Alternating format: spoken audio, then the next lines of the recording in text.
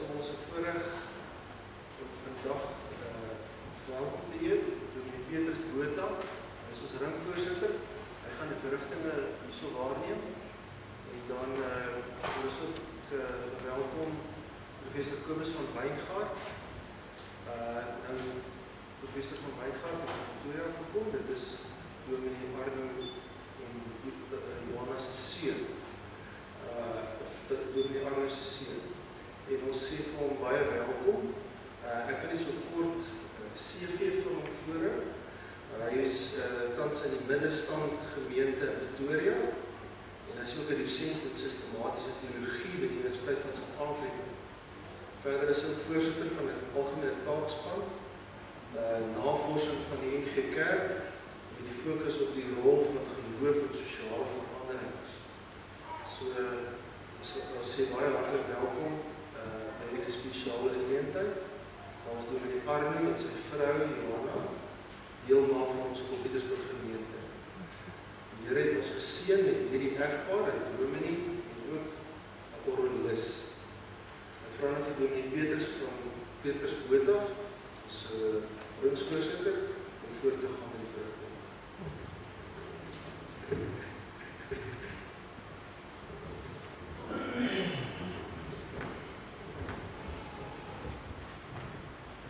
Baie dankie Japie. Het is my voorreg om ook hier te kan wees. Ek is in Pongola, as ek die dominee. Ek is ook die ringsvoorsitter van Vryheid. Ons is deel hier van die ring van Vryheid, so dit is my voorreg om ook hier saam met julle te kan wees. Hierdie spesiale geleentheid. En hoe kan mens hierdie spesiale geleentheid anders begin as met 'n erediens waar ons sê, het gaan alles oor God. Kom ons word stil voor die Here. Ek slaan my oë op na die berge. Waarvandaan sal daar vir my hulp kom? My hulp kom van die Here wat alles geskaap het, hemel en aarde, en wat getrou bly aan sy werke tot in alle ewigheid. Amen. Broers en susters, ek groet julle in die naam van die Vader en die Seun en die Heilige Gees. Kom ons sing as loflied lied 184, lof sing die Here, ons sing vers 1, 2 en 3.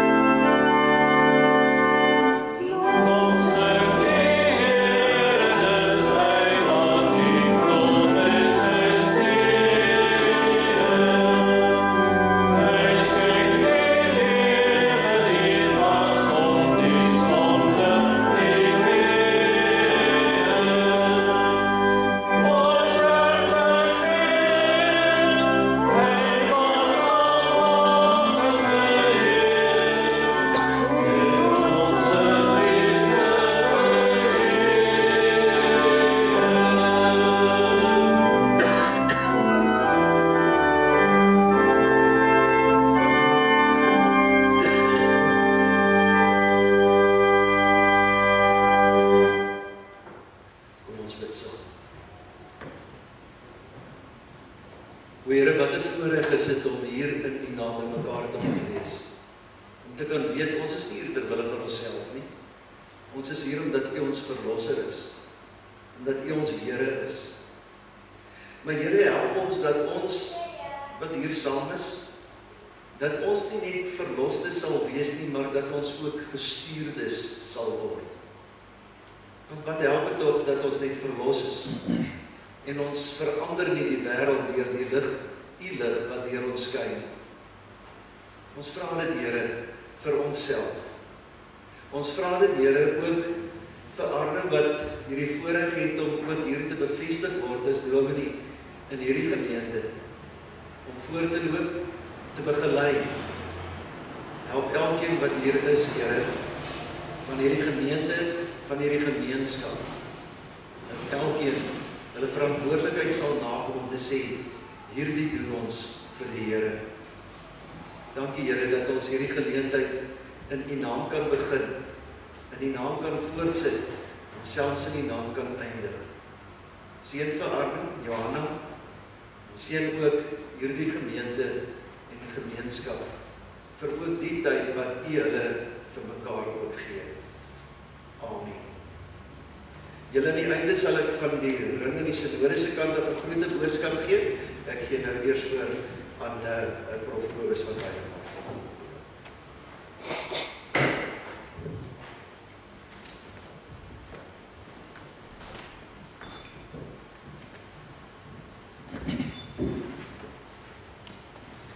Goeiemiddag.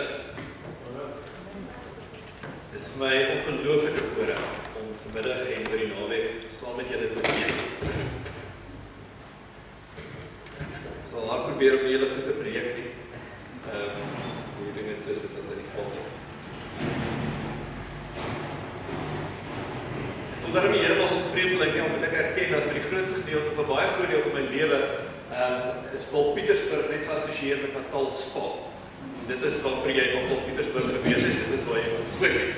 Ek het Pietertief Laerskool, Pietertief Hoërskool gewees, so ken die omgewing goed, lekker om vanmiddag hier by julle te wees. En dit is vir my ongelooflike voorreg om dan vanmiddag my pa as predikant by julle te bevestig. Ons is vanmiddag hier by mekaar om Dr. Arno van Wyngaard as leraar van hierdie gemeente te bevestig.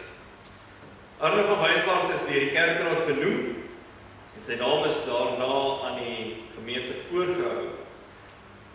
Daar is geen wettige beswaar teen sy benoeming ingebring nie en hy het bevestig dat hy die beroep aanvaar. Jesus Christus maak van die diens van mense gebruik om deur sy woord en gees sy kerk bymekaar te bring, te regeer en op te bou. Die bedienaar van die woord is 'n gestuurde van Christus aan wie hy die boodskap van die versoening toevertrou. Soos die ander ampte in die gemeente is die ampt van leraar een van die gawes van die gees aan die gemeente. Deur hierdie gawes en dan vanmiddag in die besonder ook die gawes van die persoon wat vandag hier bevestig word, wil die Heilige Gees die gemeente opbou.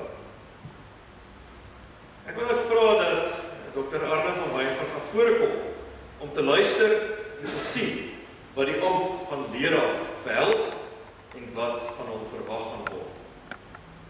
Voor hom staan.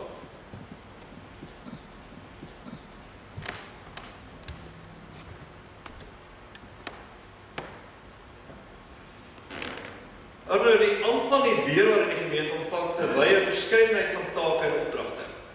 Die kerkraad en hierdie gemeente wil graag jou gawes en talente ten volle benut en weet dat die werk van 'n leraar nooit vasgevang kan word in 'n lys van aktiwiteite nie, maar altyd ten nouste saamhang met 'n bepaalde teenwoordigheid by mense. So bring al jou gawes en talente na hierdie gemeente toe en dien hulle met alles wat vir jou gegee is. Maar om jou te herinner aan die hart van die bediening, wil ek jou vanmiddag graag wys op enkele spesifieke take. Ek gaan onder te kom en wil 'n paar sake vir jou uitwys.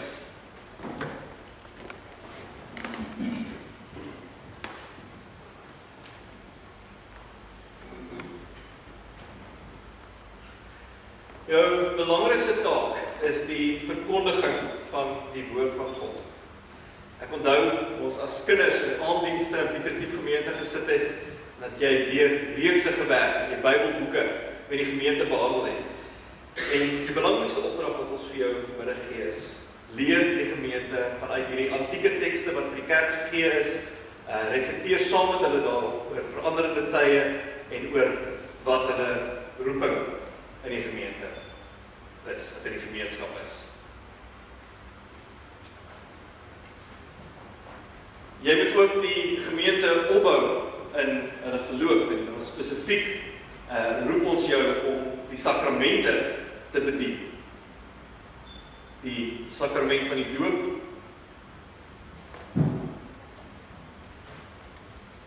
en ook die nagmaal.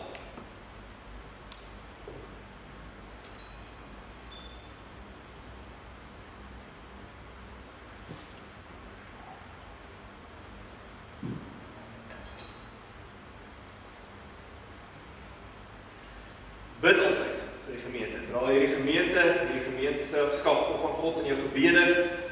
Wees ook vir hulle 'n voorbeeld in jou persoonlike geloofslewe.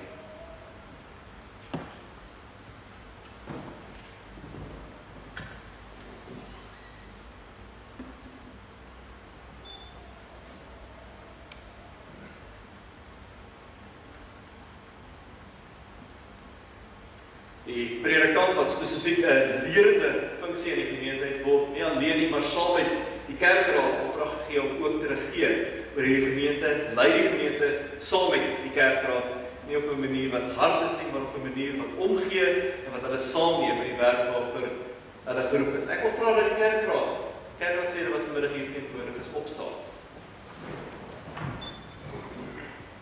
Hierdie is die mense saam met wie jy geroep word om op 'n baie bepaalde wyse leiding te gee in hierdie gemeente. Dankie. Ons vra van predikante om 'n baie spesifieke rol ook in die lewe van kinders te spandeer. Ek wil vra dat julle die kinders op wys. Bring hulle. Hier is 'n klomp kinders, hulle kry 'n bietjie daar weg waar hulle kan lekker speel. Maar hulle is volledig deel. In die NG Kerk is ons kinders volledig deel, hulle is lidmate, soos almal van julle het toegang tot die sakramente en hulle word ook bedien as volle lidmate. Kom wys hulle, wel, julle is baie welkom, ek sal hoor. Julle moet al hierdie dominee sien wie julle is. Maar hy gaan julle kyk. Baie dankie.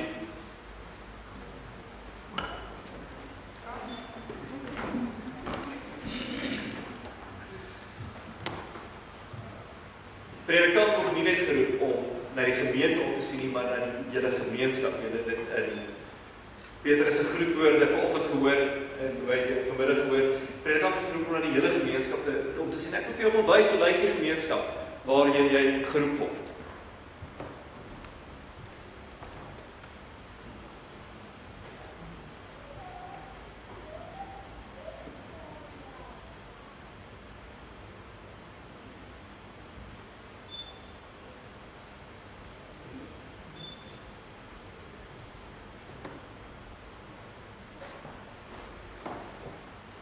En dan uiteindelik word predikant geroep om na alle lidmate om te sien. Die wat hier is vanmiddag, die wat ook nie hier is nie. Daarom wil ek vra dat almal van julle opstaan.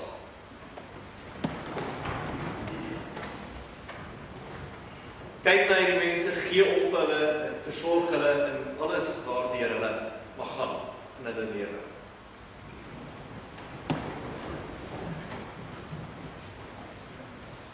Ons besef dat jy ook ander gawes het. Ons wil graag, hierdie gemeente wil graag ruimte vir jou skep om jou talente te gebruik en saam met hierdie gemeente nuwe dinge tot stand te bring, soos wat die Here julle mag lei.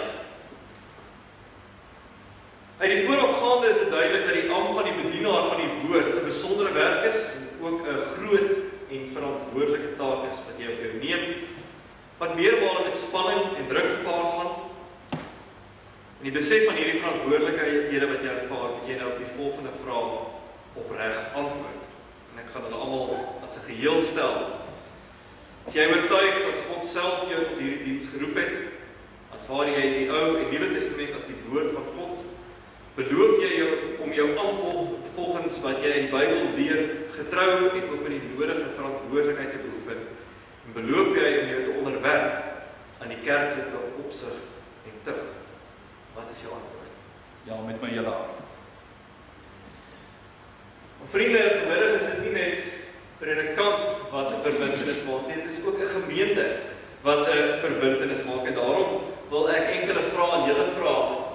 Julle daai vrae vir ons dalk die skerm bring. Enkele vrae aan julle vra en ek wil vra dat julle dit hardop antwoord. Eerstens, gemeente van Paul Pietersburg. Is julle bereid om Dr. Arne van Wijngaard te ontvang as gestuurde van Christus deur die wil van God?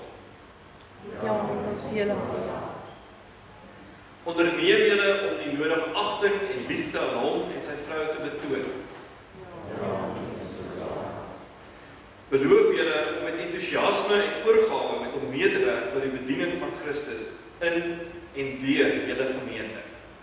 Ja, Arne van Wijngaard, neem nou vir jou verantwoordelikheid hierdie gemeente wat aan jou geestelike sorg toevertrou is. Wees 'n voorbeeld vir die gelowiges in woord, in gedrag, in liefde en in geloof. Ek wil nou vra dat al die gelegitimeerdes wat hier by ons is, na vore kom en dit sluit ongelooflik bevoorreg om ons kollega van die Lutherse Kerk ook saam te nooi om hier voor by ons te kom staan. Julle is welkom om hier by ons te kom staan en ook vir hom die hande op te lê terwyl ek vir ons 'n gebed voorlees. Mag God, wat jy tot hierdie diens geroep het, jou deur sy Heilige Gees verlig. Mag hy jou so regeer dat jy 'n vrugbare arbeider sal wees in die uitbreiding van sy koninkryk. Die Here is voor jou, vir jou die pad gelyk te maak. Die Here is langs jou om jou in sy arms toe te vou. Die Here is agter jou om die aanvalle van die bose af te slaan. Die Here is onder jou om jou te dra wanneer jy val. Die Here is rondom jou om jou te beskerm. Die Here is bokant jou om jou te seën. Die Here is binne in jou om jou te lei en te inspireer van nou af in jou bediening van elke dag en tot in ewigheid. Amen. Ek wil vra Johan dat jy voor my kom staan en geleentheid gee dat verteenwoordiger van die kerkraad ook net om geluk sê. As ons daai miskien is 'n oomblik daarvoor, weet jy van die kerkraad om geluk sê nie. Dit kan meer as een van julle ook wees, julle is welkom. Dan net 'n woord geluk te kom sê, julle kan maar net 'n handdrukkie gee en dan miskien net so half minuut dan sê ons.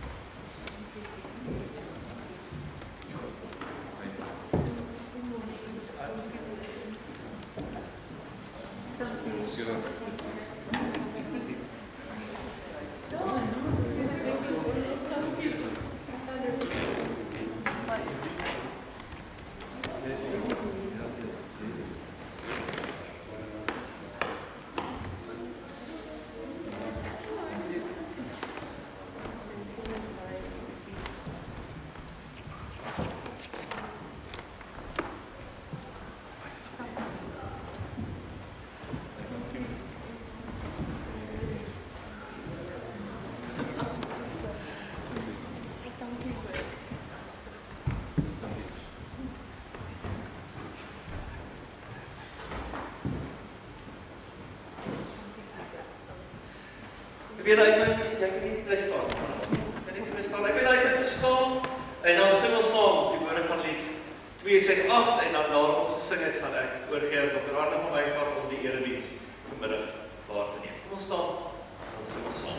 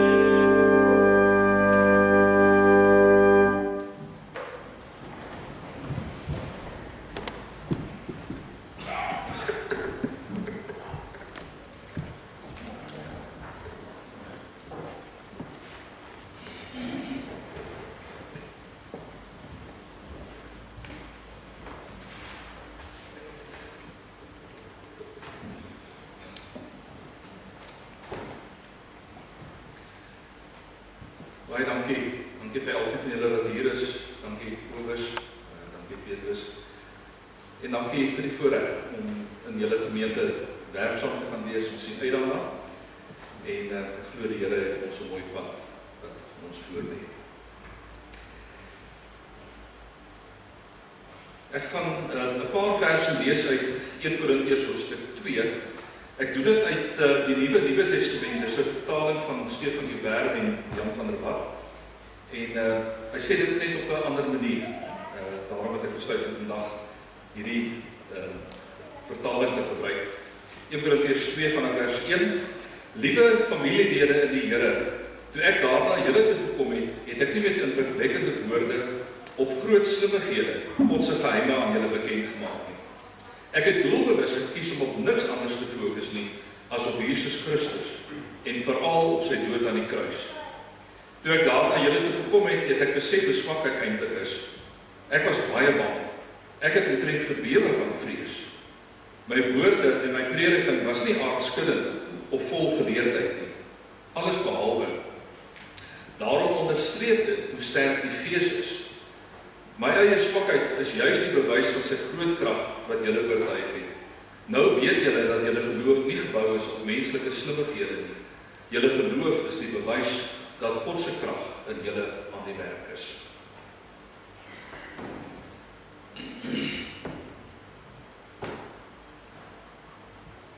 Geliefdes, die afgelope maandag 13 Januarie 2025 was dit presies 40 jaar terug wat ek oor hierdie einste gedeelte gepreek het.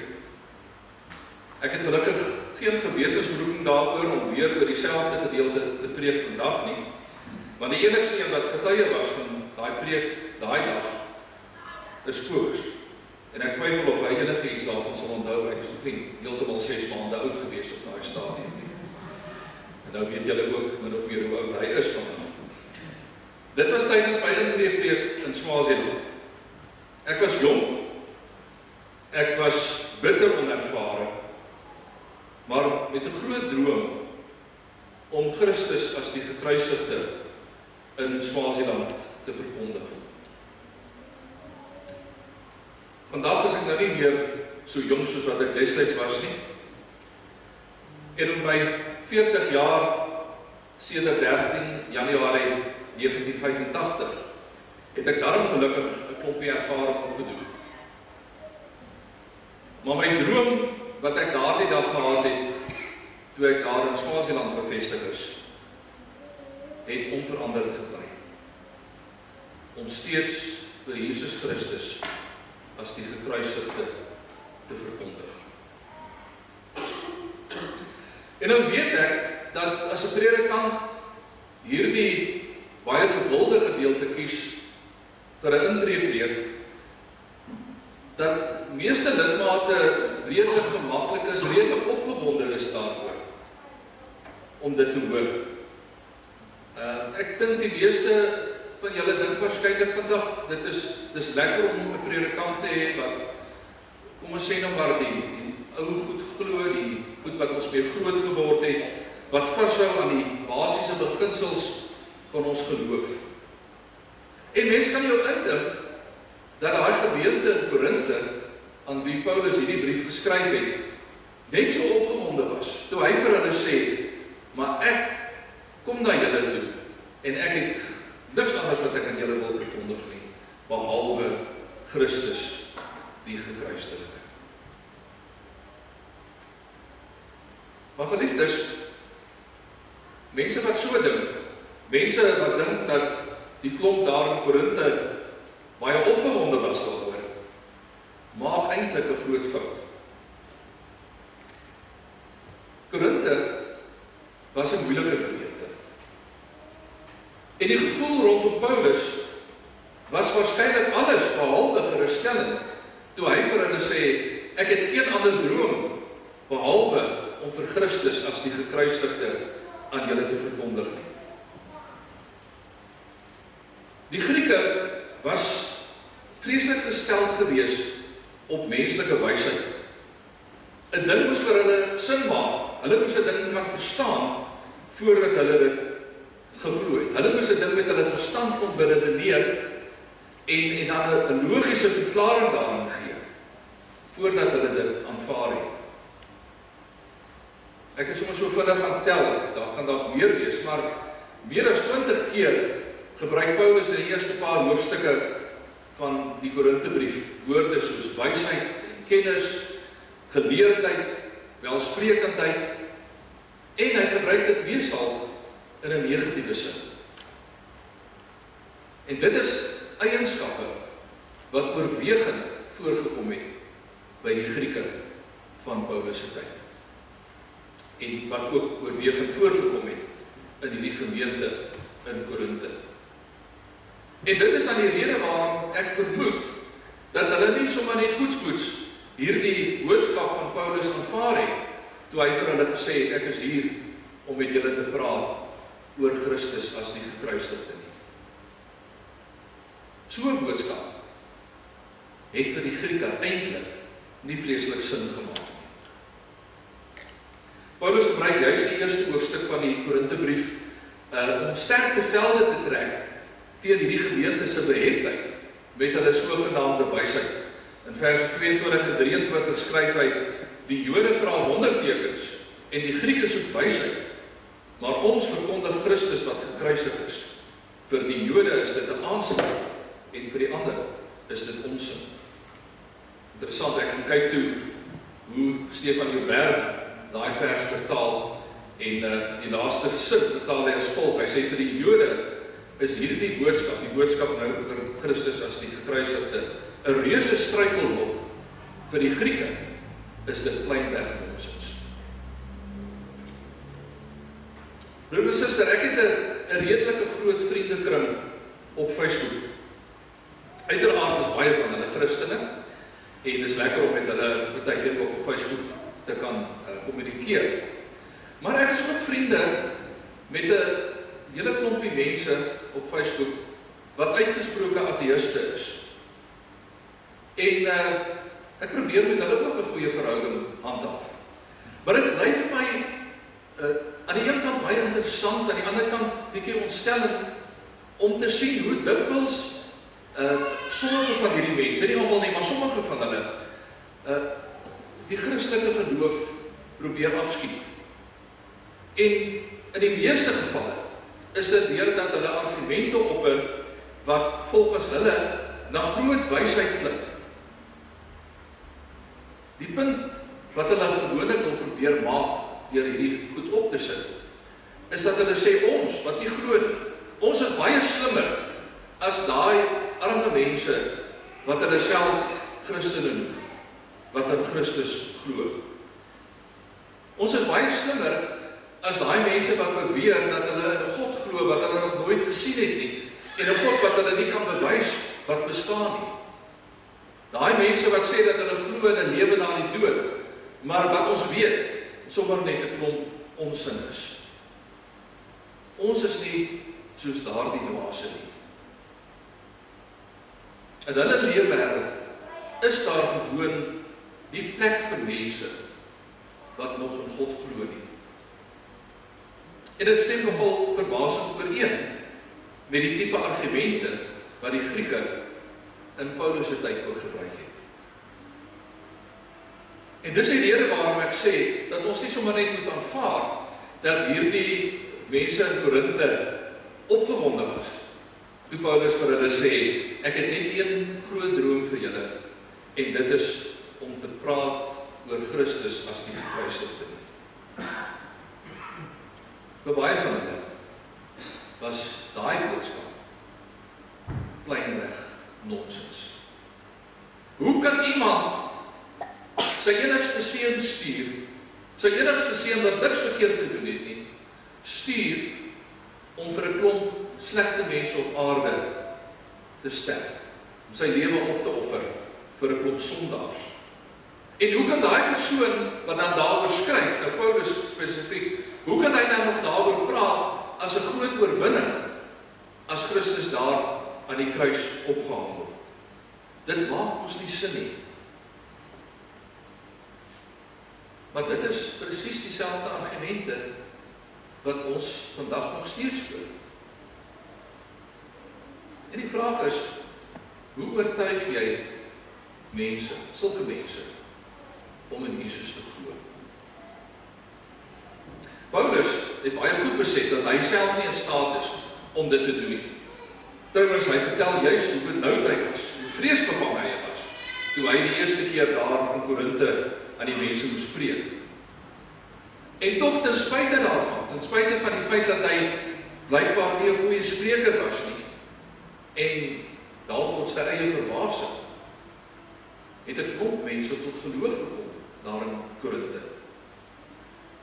Ten spyte van hulle dadige geleerdheid wat hulle gehad het, ten spyte van hulle wysheid wat hulle gehad het, wat eintlik vir hulle gesê het dat hierdie regtig sommer net 'n klomp nonsens is, om te praat oor Christus as die gekruisigde, is daar 'n klomp mense wat tot geloof kom, en wat die Here begin dien. En dan sê Paulus, openlik, ruiterlik erken hy dit, dat hy sê, ek het eintlik niks hiermee te doen gehad nie. Dit is die Gees van God wat mense oortuig. Sonder die Gees van God klink die boodskap oor Christus inderdaad na 'n klomp onsin. Maar met die Gees van God word dit 'n krag van God tot redding van elkeen wat glo, soos wat Paulus in Romeine hoofstuk 1 ook skryf. Broer en suster, ek het in my bediening, in my jare wat ek in Swaziland was, maar ook op ander plekke waar ek die geleentheid gehad het, baie dikwels mense opgelei in evangelisasie. En daar is twee dinge wat ek elke keer wat ek met mense gepraat het rondom evangelisasie, is daar twee dinge gewees wat ek elke keer beklemtoon het. Die eerste was, moenie mense vir die Here probeer wen deur hulle bang te maak met die hel nie. En daar is steeds baie mense, en ook predikante vandag, wat skynbaar glo dat as jy mense net bang genoeg kan maak, as jy hulle net vreesbevange kan maak vir die hel, dan gaan hulle iewers by die punt kom wat hulle sê, goed, ek wil regtig nie na daai plek toe gaan nie, en daarom sal ek maar teenwillend aan God glo. Ek het iewers gelees, ek weet nou nie hoe goed is die navorsing nie, maar dit klink vir my nogal akkuraat, het ek gelees dat vrees jou lewe hoogstens vir 6 weke lank kan verander. Daarna gaan jy maar weer terug na jou ou lewe toe. En daarom het ek vir mense gesê, as dit gaan oor evangelisasie, vergeet van die hel. Fokus op God se liefde. Want God se liefde is die ding wat mense se lewens kan verander. En die tweede ding wat ek vir hulle gesê het, as jy met jou goeie redenasie vermoë iemand kan oortuig om 'n Christen te word, gaan 'n volgende persoon wat dalk oor beter vermoëns as jy beskik, iemand wat dalk beter redenaars vermoë het as jy, gaan so iemand met daai persoon kan praat en vir daai persoon kan oortuig dat dit wat jy glo is 'n klomp onsin. En dan gaan daai persoon weer afvallig raak van die Here. Maar as die Gees van God iemand oortuig, dan kan jy maar kom met jou menslike redenasies. Dan gaan hulle vas bly staan. Want dis nie ek met my vermoëns wat iemand oortuig het nie. Dis die Here self, deur sy Gees, wat daai persoon oortuig het. En dit is eintlik presies wat Paulus vir ons hier vertel. Hy het na die gemeente gekom en met hulle gepraat, nie oor die verskrikking van die hel nie, nie om hulle bang te maak vir die straf van God nie, maar hy het met hulle gepraat oor die liefde van God. Die liefde van God wat aan ons geopenbaar is deur die kruis van Jesus Christus. En alhoewel Paulus, soos wat hy self beskryf, dalk nie 'n redenaarskompetisie sou wen nie, het die Gees van God mense deur sy prediking aangeraak.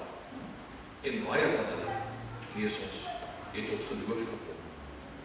Om die waarheid te sê, volgens Paulus, is dit juis vanweë sy swakheid wat mense tot geloof gekom het.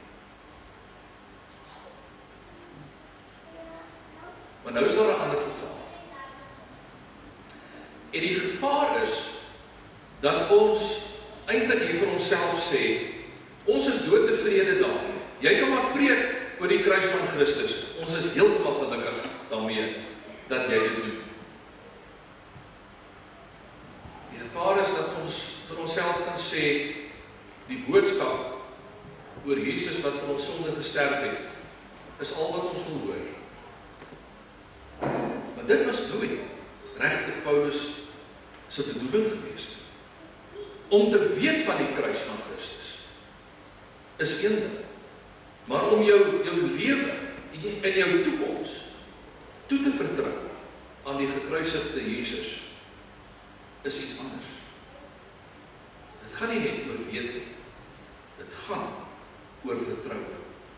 Om die gekruisigde Christus na te volg, het implikasies vir my lewe en vir jou lewe. En daarom, as jy dalk lus is om weer 'n slag bietjie in die Bybel deur te blaai, gaan blaai bietjie deur 1 Korintiërs, 2 Korintiërs, sommer van die ander briewe van Paulus ook. En dan kom jy agter dat Paulus onder die dekmantel van die gekruisigde Jesus oor 'n klomp dinge skryf in sy briewe. Hy skryf oor die liefde. Hy skryf oor eenheid onder die gelowiges. Hy skryf oor die gawes van die Gees. Hy skryf oor ons leefstyl. Hy skryf oor ons taalgebruik en die tipe gesprekke wat ons voer. Hy skryf oor ons denke. Hy skryf oor 'n lewe wat gevul is met die Gees van God. Hy skryf oor ons optrede in die wêreld, hoe ons behoort te leef in die wêreld. Hy skryf oor hoe ons as gelowiges ons geld moet bestuur, oor hoe ons goeie rentmeesters van God moet wees. Hy skryf oor vrede, niet gevonde vrede wat in mense se lewens voorkom, oor alle grense heen. Hy skryf oor hoe ons teenoor mekaar moet optree in die huwelik. Hy skryf oor seks. Hy skryf oor werknemers en werkgewers, hoe hulle teenoor mekaar moet optree. Hy skryf oor die verhouding tussen ouers en kinders. En so kan ons aangaan. Dus daar's haas geen onderwerp wat Paulus nie aanraak in sy briewe as hy praat oor ons geloof in die gekruisigde Jesus nie.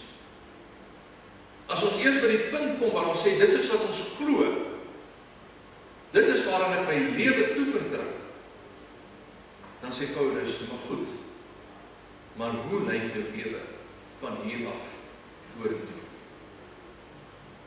Want daar is nie meer 'n aspek van jou lewe waaroor jy jouself alleen seggenskap meer het. Van nou af is jou lewe onderworpe aan die wil van God. En juist daarom moet 'n vers soos 1 Korintiërs 2 vers 2 eintlik vir ons 'n bietjie ongemaklik laat voel. Want hierdie vers is nie bedoel om vir ons veilig te wees en gemaklik te laat voel as ons daarna luister. Veral as dit nog gaan oor 'n intreepreek.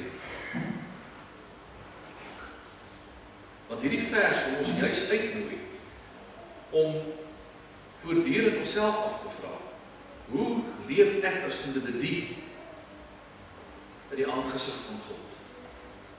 Maar meer nog, hoe leef ons as gemeente voor die aangesig van God? Hoe leef ons dat ons lewens werklik ooreenstem met die wil van God? Hoe leef ons as gemeente om dit te kan regkry? Ek onthou baie jare terug het iemand een keer vir my 'n vraag gevra daar in Swaziland in ons gemeente. En hy het my die vraag gevra, hy het vir my gesê, as julle gemeente julle deure sou sluit, sou die gemeenskap julle mis? Hy spesifiek nie bedoel die lidmate nie. Hy bedoel die mense rondom die kerk. En daai vraag het my diep laat nadink. En daardie dag het ek besef dat, miskien nog nie besef dat, so sê, want ek dink ek het dit geweet, maar ek het daai dag nog nie besef dat 'n gemeente wat net bestaan vir haar lidmate, nog lank nie God se doel bereik het nie. Iemand het op 'n slag geskryf dat die kerk die enigste organisasie is wat nie ter wille van sy aandeelhouers bestaan nie. 'n Kerk bestaan nie net ter wille van sy lidmate nie. Dit natuurlik dit ook. Maar 'n kerk bestaan eintlik vir hulle wat nog nie lidmate is van die kerk nie.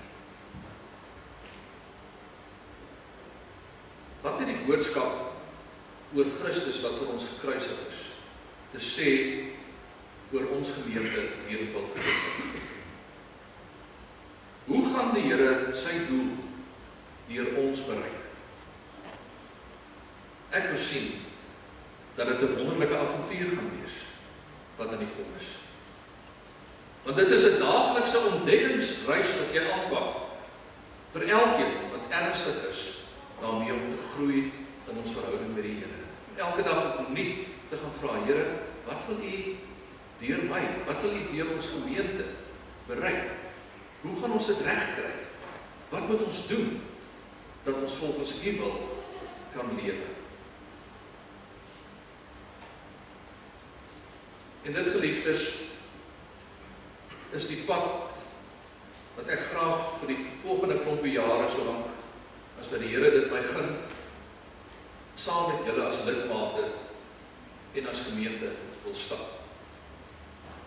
Terwyl ons steeds een oorkoepelende boodskap het, die boodskap van Jesus wat vir ons gekruisig is, wil ons deur die woord van die Here gaan ontdek wat dit is, wat dit prakties elke dag vir ons beteken. Wat beteken dit as ek sê dat ek in die kruis van Jesus Christus glo? Wat beteken dit in jou huwelik? Wat beteken dit in jou besigheid? Wat beteken dit op jou plaas? Wat beteken dit by die skool? Wat beteken dit vir julle as gesin?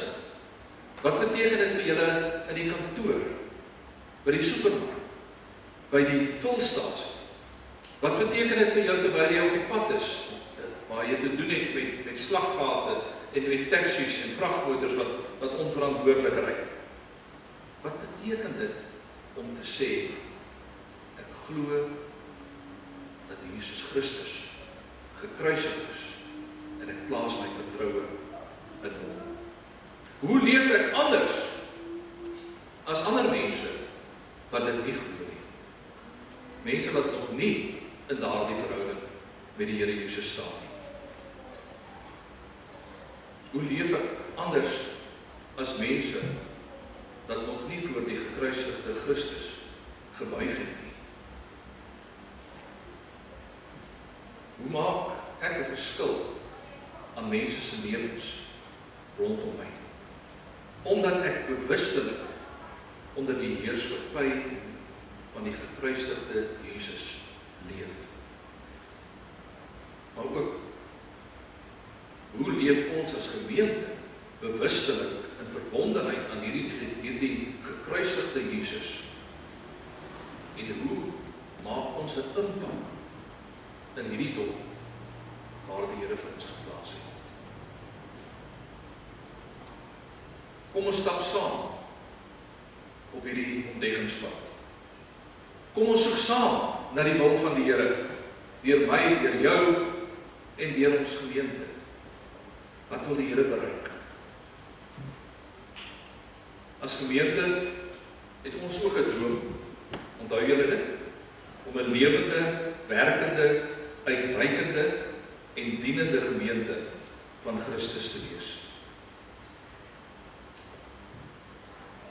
Broer en suster, in ons verbondenheid aan die gekruisigde Jesus en met die besef dat ons onder die beheer van die Heilige Gees leef, nooi ek julle uit dat ons saam gaan soek na maniere hoe dat hierdie droom, God se droom vir die gemeente, hoe dit bewaarheid kan word binne die mure van hierdie kerkgebou, maar ook as ons uitgaan buitekant, hoe ons dit kan bewaarheid.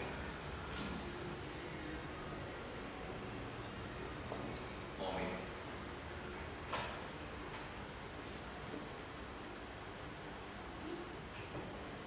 Here, dis in diepe afhanklikheid wat ons vandag voor U buig.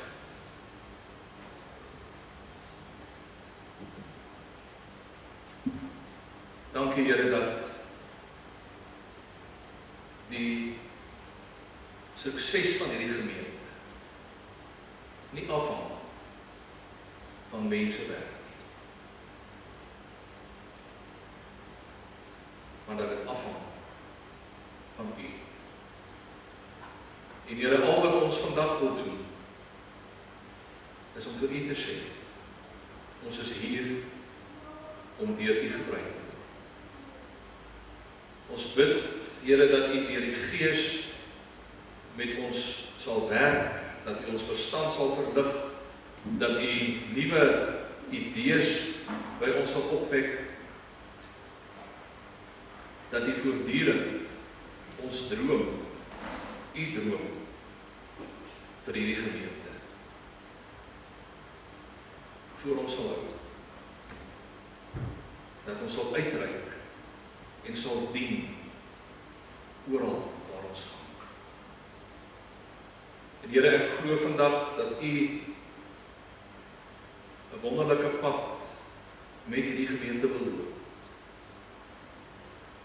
En ons is opgewonde om dit saam met U te doen. Ons sien uit daarna om saam met U hierdie pad te loop.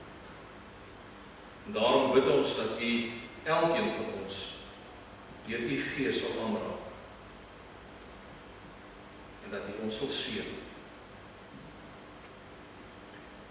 in hierdie roeping wat U vir ons het.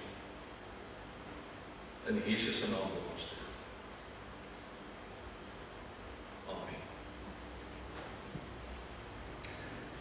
Ons gaan weer saam sing. Lied 478 vers 1 tot 4. Oh